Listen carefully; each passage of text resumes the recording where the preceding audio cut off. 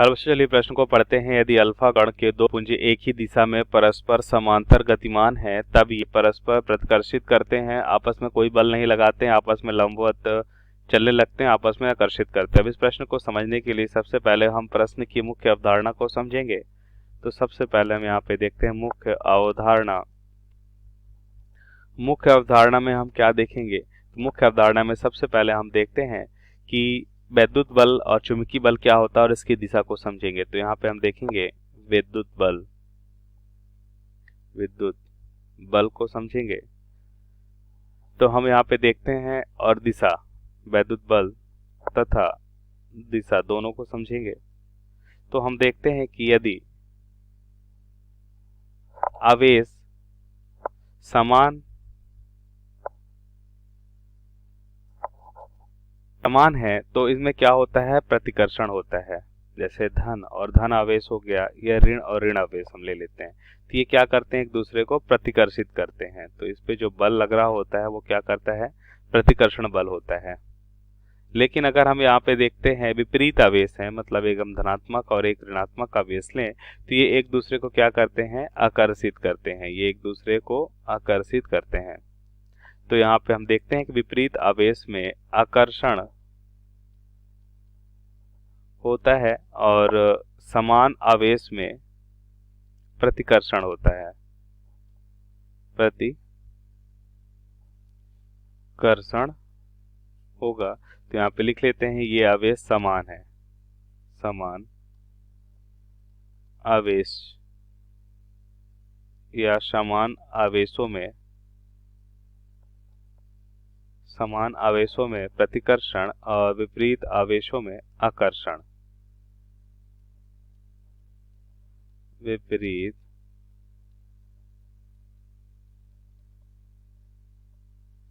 आवेशों में आकर्षण होगा। अब इसी तरह हम समझ लेते हैं चुंबकीय बल क्या होता है।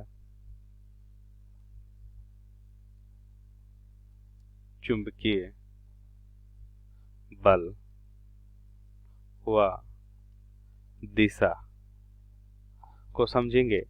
तो हम यहाँ पे देखते हैं कि अगर हम धारावाही चालक तार में, यदि धारावाही चालक तार में समान दिशा में आवेशों का प्रवाह होता है, मान लेते धनात्मक आवेश प्रवाह हो रहा है, तो हम कह सकते हैं इसमें धारा का प्रवाह हो रहा है। आवेश प्रवाह की दर क्या होती है? धारा होती है, मतलब चालक तार में धारा का प्रवाह होगा, जिस कारण से हम क्या देखेंगे? अब इसे हम धारावाही चालक तार कह सकते हैं, क्योंकि आवेश प्रवाह की दर, अगर हम देखें आवेश प्रवाह की दर क्या होता है? धारा कहलाता है। इसका मतलब इसमें हम धारा का प्रवाह समझ सकते हैं। अब अगर इसमें धारा प्रवाहित हो रही है तो हम देखते हैं कि धारावाही चालक तार चुंबकीय क्षेत्र उत्पन्न करता है। मतलब अगर हम देखें तो इसके चारों ओर चुंबकीय क्षेत्र उत्पन्न हो जाएगा, जिसे हम दाएं हाथ के अंगूठे के नियम से मालूम कर सकते हैं। मतलब अंगूठे को हम क्या रखते हैं? धारा की दिशा में, और जिधर हमें चुंबकीय क्षेत्र देखना है उधर हम चारों उंगलियों को रखते हैं। तो हम देखते हैं कि अब जो हमारा हथेली आ रहा है, हथेली की लंबवत दिशा चुंबकीय क्षेत्र की दिशा को दर्शाएगा। ठीक है, तो इधर हमने धारा को रखा, जिधर चुंबकीय क्षेत्र निकाला उधर चारों उंगलियों को, तो इसकी लंबवत दिशा अंदर की ओर आ रही है। तो इसका मतलब इसमें चुंबकीय क्षेत्र हमें क्या मिलेगा? तल के लंबवत अंदर की ओर मिलेगा। ऐसे यहाँ पे भी देख लेते हैं, इस वाले पे रखेंगे तो तल के लंबवत बाहर की ओर हमें मिल रहा है। तो डॉट का मतलब यहाँ पे चुंबकीय क्षेत्र बाहर की ओर है, और क्रॉस का मतलब यहाँ पे चुंबकीय क्षेत्र अंदर की ओर है। अब हमने देखा कि अगर कोई धारावाहिक चालक तार चुंबकीय क्षेत्र में होता है तो उस पर बल लग रहा होता है, जिसे हम निकाल सकते हैं फ्लेमिंग के बाएं हाथ के नियम से। इसमें हम क्या करते हैं? हम सबसे पहले बाएं हाथ की 3 उंगलियों को परस्पर लंबवत रखते हैं। फ्लेमिंग के बाएं हाथ के नियम को समझे।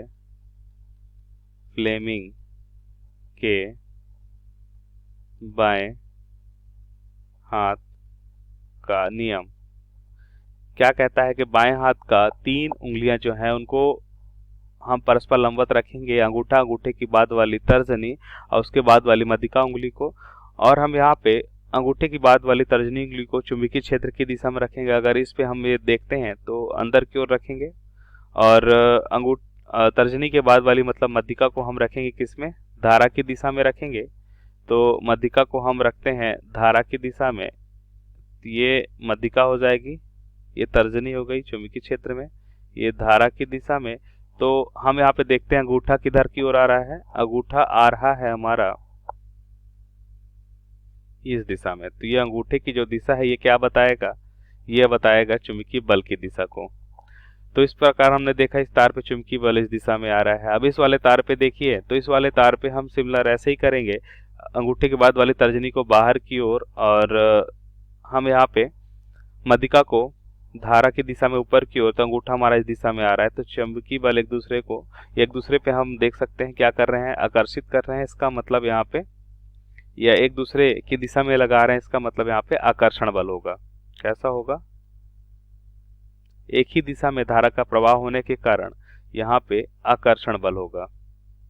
ये बल कैसा है, आकर्षण है, आकर्षण बल कार्य करेगा। अगर यहाँ पे हम देखते कि धारा कैसे कार्य कर रही होती विपरीत दिशा में, तो उनमें प्रतिकर्षण बल होता है, जिसे हम फ्लेमिंग के बाएं हाथ के नियम से निकाल सकते हैं। और चुंबकीय क्षेत्र निकालने के लिए हम दाएं हाथ के अंगूठे का नियम का उपयोग करते हैं। अब हम उत्तर को समझेंगे, तब उत्तर को समझ लेते हैं। तो जैसा कि प्रश्न में बोला जा रहा है कि अल्फा कण, अब ये धनात्मक, हम कह सकते हैं कि ये धनात्मक आवेश होगा। तो अल्फा कणों के दो पुंज एक ही दिशा में परस्पर समांतर गतिमान है। तो ठीक है, मान लेते हैं अगर किसी धारावाही चालक तार में ये अल्फा कण समांतर गतिमान है, तो अब देखिए आवेशित कण है, तो हम कह सकते हैं कि इनके कारण विद्युत क्षेत्र उत्पन्न होगा। अब ये समान आवेश होने के कारण कैसा होगा, प्रतिकर्षण होगा इनमें। आवेशित धनात्मक आवेश होने के कारण हम लिख लेते हैं दोनों धनात्मक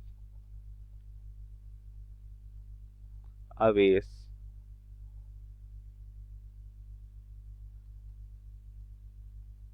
होने के कारण, दोनों धनात्मक आवेश होने के कारण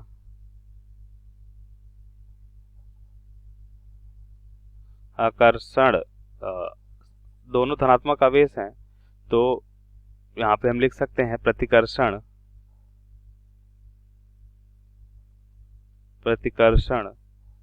बल कार्य करेगा। और एक बात और ध्यान रखेंगे, यहाँ पे विद्युत बल को भी हम समझ रहे हैं। तो विद्युत बल कैसा होगा, यहाँ पे कर्षण होगा। अब देखते हैं चुंबकीय बल। अब अगर धनात्मक आवेश है तो धारा धनात्मक आवेश में ही बहेगी। अगर इलेक्ट्रॉन होता, मतलब ऋणात्मक आवेश होता, तो धारा इलेक्ट्रॉन के विपरीत दिशा में बहती है। और धनात्मक आवेश और धारा की दिशा समान होगी, तो उसी दिशा में धारा भी प्रवाहित होगी। जैसा कि मुख्य अवधारणा में हमने देखा कि अब इसमें क्या होगा, आकर्षण बल होगा, जिस चुंबकीय बल कार्य करेगा इनके कारण, और ये कैसा बल होगा, आकर्षण बल होगा। तो यहाँ पे अब हम चुंबकीय बल को समझ लेते हैं। चुंबकीय बल, चालक में धारा समान दिशा में होने के कारण आकर्षण बल कार्य करेगा। चालक में धारा समान दिशा में होने के कारण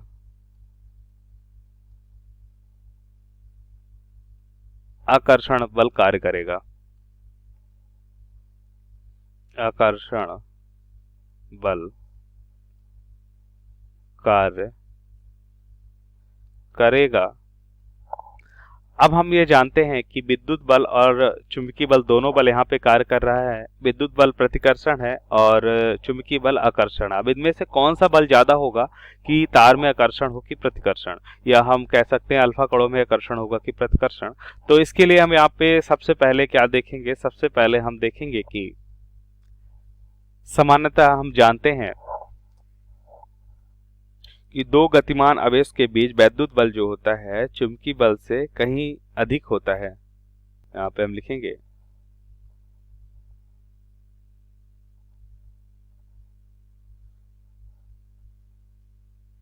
सामान्यतः दो गतिमान आवेशों के बीच, दो गतिमान आवेशों के बीच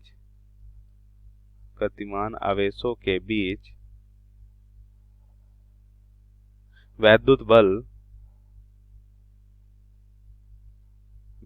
बल चुंबकीय बल से कहीं अधिक होता है। चुंबकीय बल से कहीं अधिक होता है। तो हमारा यहाँ पे क्या निष्कर्ष होगा? अतः विद्युत बल दिए गए परिस्थिति में विद्युत बल क्या होगा? विद्युत बल ज्यादा होगा चुंबकीय बल से। अगर विद्युत बल ज्यादा है चुंबकीय बल से, इसका मतलब अब विद्युत बल में कौन सा गुण है? प्रतिकर्षण का। तो प्रतिकर्षण होगा अल्फा कणों में। तो यहाँ पे लिख सकते हैं अल्फा कणों के बीच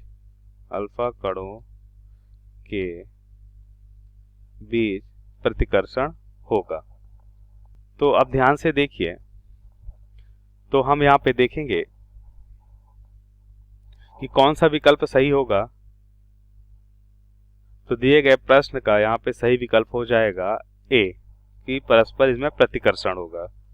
तो आशा करते हैं आपको समझ आया होगा। धन्यवाद।